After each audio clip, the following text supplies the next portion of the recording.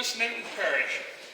He was also known as A.N. Parrish, and he was born near St. Joseph, Missouri on April 2nd, 1851.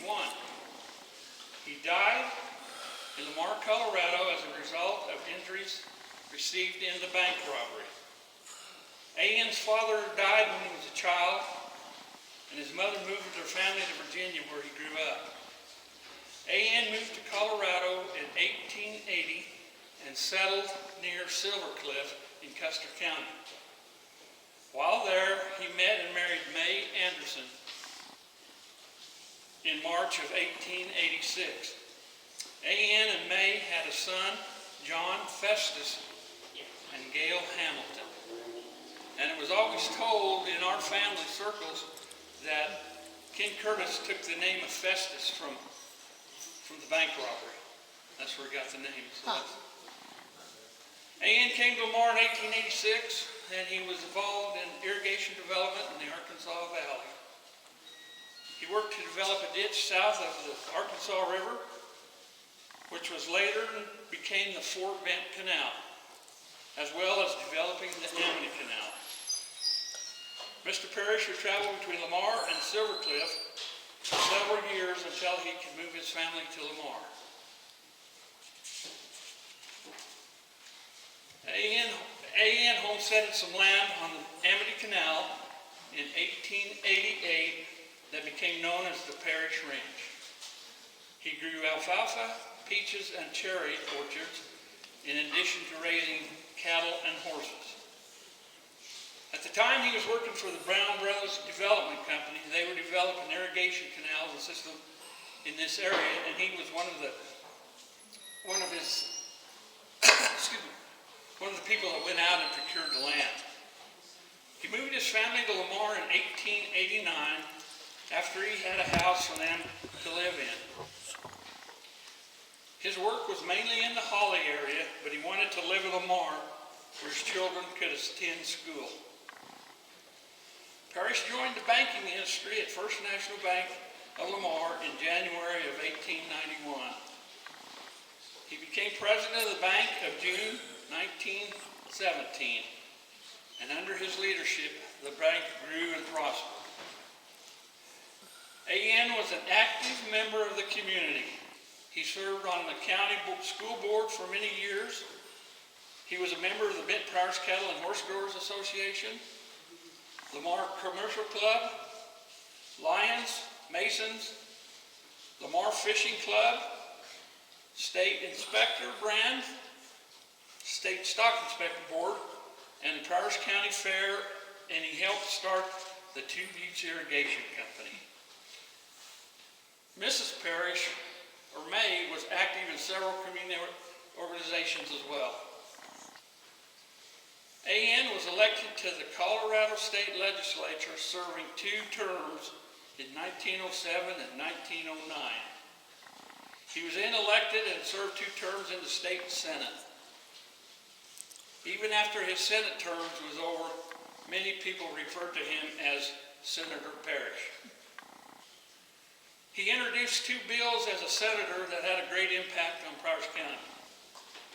One was a bill to establish a new judicial district for the 5 counties of southeast Colorado, and the other was a state road through Prowers County that run along the line of the railroad and today is known as State Highway 50.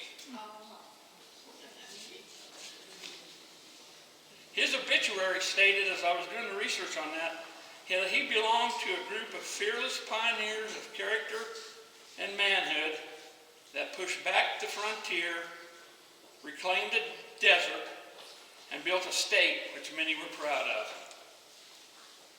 He lived 40 years in Prowers County, always keeping the community interest in mind. He believed in righteousness and honorable living, along with a love for his fellow man. A.N.'s family was a big part of his life. He and his family often traveled back to Vandalia, Missouri, to visit his family. His children, John and Gail, both attended the State University in Boulder. John studied law and Gail went into education. After Boulder, both attended the University of Missouri in Columbia. Interestingly, Mrs. Parrish lived with both John and Gail in Boulder and Columbia while they were attending college. Gail returned to Prowers County as an educator and married a local educator, James Howard Larrick, at her parents' home in 1914. They had two sons, Newton Parrish and James Howard. Gail's death in 1925 from appendicitis was a huge blow for the family. Gail was survived by her husband, James Howard, and their two young sons. John Parrish returned to Prowers County. Records show that he practiced law in the county and became an assistant district attorney. However, he joined the Army in 1917 after his training and was deployed to France, serving there until 1919. Upon return to Lamar, John became a cashier at the First National Bank. Now, does anybody else have any other information? That's basically what I got. I'm going to go into the Fleagle Gang robbery now. I would like to know how you are related to Mrs. Gail Parrish was my grandmother, my dad's mom. So he's my great-granddad.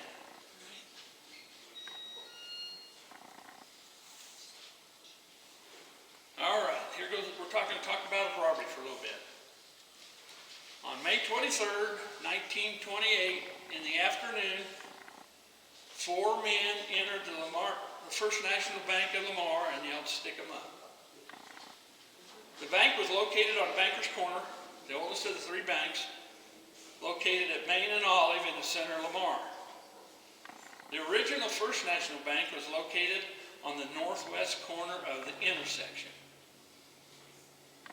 A.N. was sitting at his desk, located near the front of the bank, chatting with a local hogman, customer W.H. Hill. Now, W.H. Hill's granddaughter, Sue Perry, still lives in Lamar. And he was the one of them that was involved in the bank robberies. And he never got hurt, but he got blood, so he was right in the thick of things. And son John Festus, known as Jaddo around town, was leaning on his father's desk. Parrish kept a trusty Colt 45 in his desk. The gun had quite a history in itself. The story goes that a man came through the Silver Cliff area that needed a place to stay overnight and feed for his horse, which A.N. provided. A.N. would not take any payment for this. This man stayed with Parrish on at least 2 different occasions. In exchange for the provisions, the man gave A.N. the Colt 45, which he referred to as Old Betsy.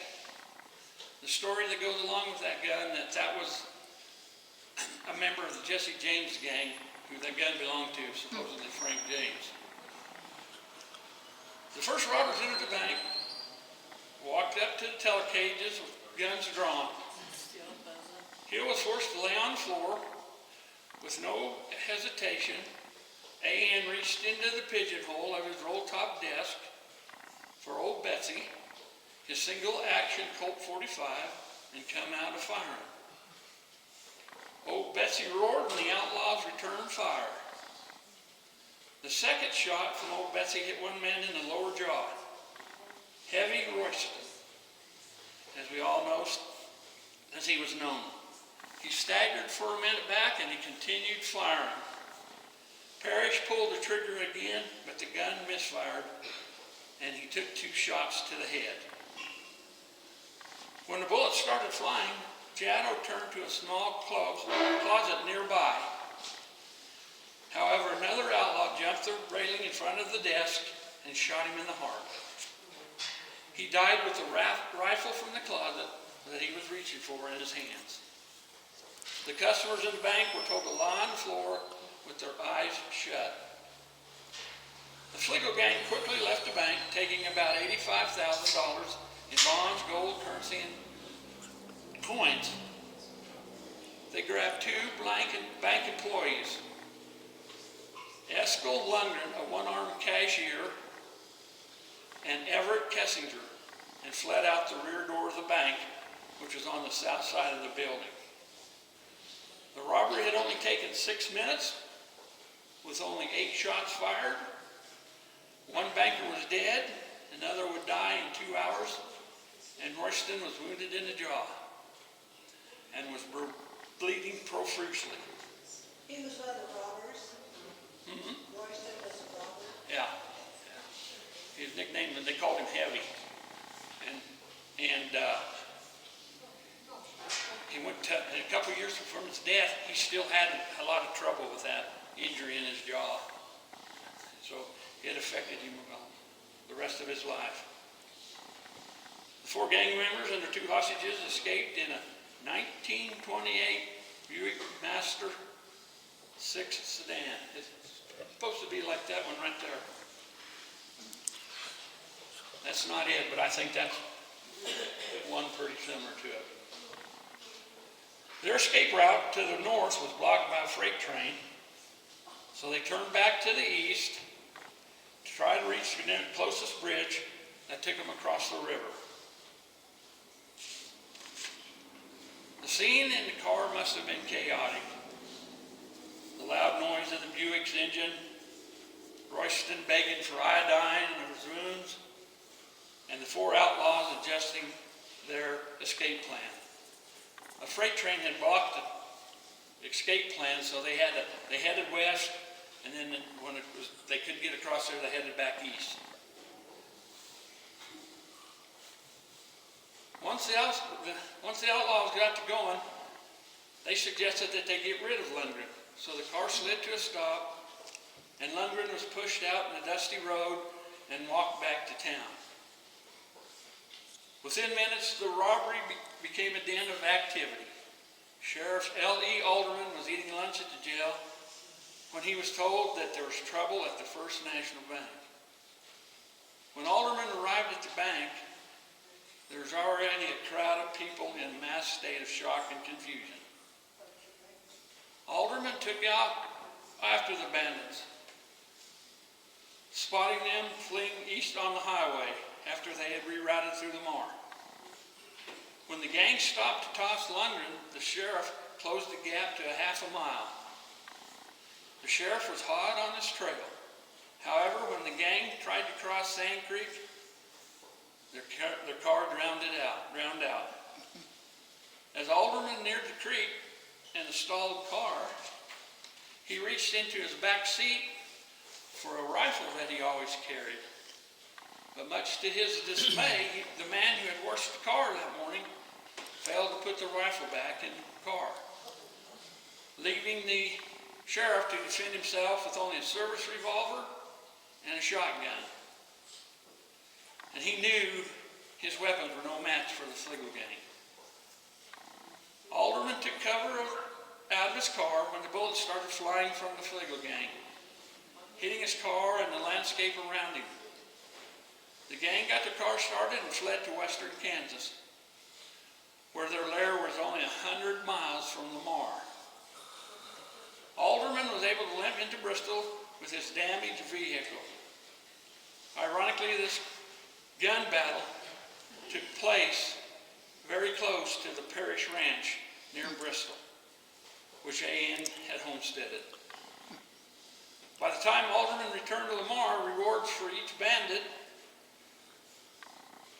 were posted at $1,000 dead or alive, but they were growing rapidly. The amount was growing rapidly. Businesses in Lamar closed for the day, and every able-bodied man grabbed their weapons and joined in the chase of the Fleagle Gang. Was that me?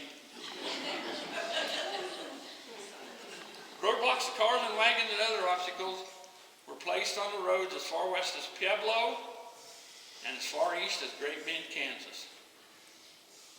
A.N.'s wife, May, so she's my great-grandmother, May Parrish. She was in shock. Her son was dead, her husband critically wounded, and it was only 3 years earlier that her daughter died, leaving 2 small sons in her care. This is almost too much for her to bear. The 2 boys were my dad, Newton Parrish Larrick, and my uncle James Howard Larrick, and that's who I was named after. The family story is that May took the boys and hid in the mountains, possibly for a while in the Silver Creek area. She was fearful for retaliation against the family. The Fleagle boys knew that Heavy Ralston needed to see a doctor for his wound to his jaw. Late that evening, the Fleagle Gang lured Dr. Weininger from his home in Dighton, Kansas, with the false story that a boy had been injured in a farm accident and needed the doctor's attention. Once the doctor treated Heavy Royston, the Fleagles knew they had to get rid of him. Sheriff Alderman received word that a doctor in Dighton, Kansas was missing, and he went to Dighton to see if it was related to the robbery. A Colorado National Guard plane participating in the hunt spotted the vehicle in a ravine northeast of Dighton. Upon investigation, they found the doctor dead, and in their haste, the posse members pushed the doctor's car out of the ravine, effectively destroying any of the fingerprints left by the murders. However, a fingerprint expert out of Garden City, Kansas, did not give up. He searched the car, eliminating prints for those who knew to have handled the car. Finally, he found a print on the glass of the right rear window, and it was intact only because the window was rolled down when the car was pushed out of the ravine. The officer carefully photographed the print and sent it to Washington, D.C. The robbery occurred on Wednesday, and by Sunday, most of those searching for the Fleagle Gang had returned home. However, Sheriff Alderman vowed that he would not give up the hunt until all the crooks were captured. 2 weeks later, the remains of Everett Kessinger were found in an abandoned shack by a family on an outing along the Cimarron River. He had been shot many times and probably killed only a few days after the robbery.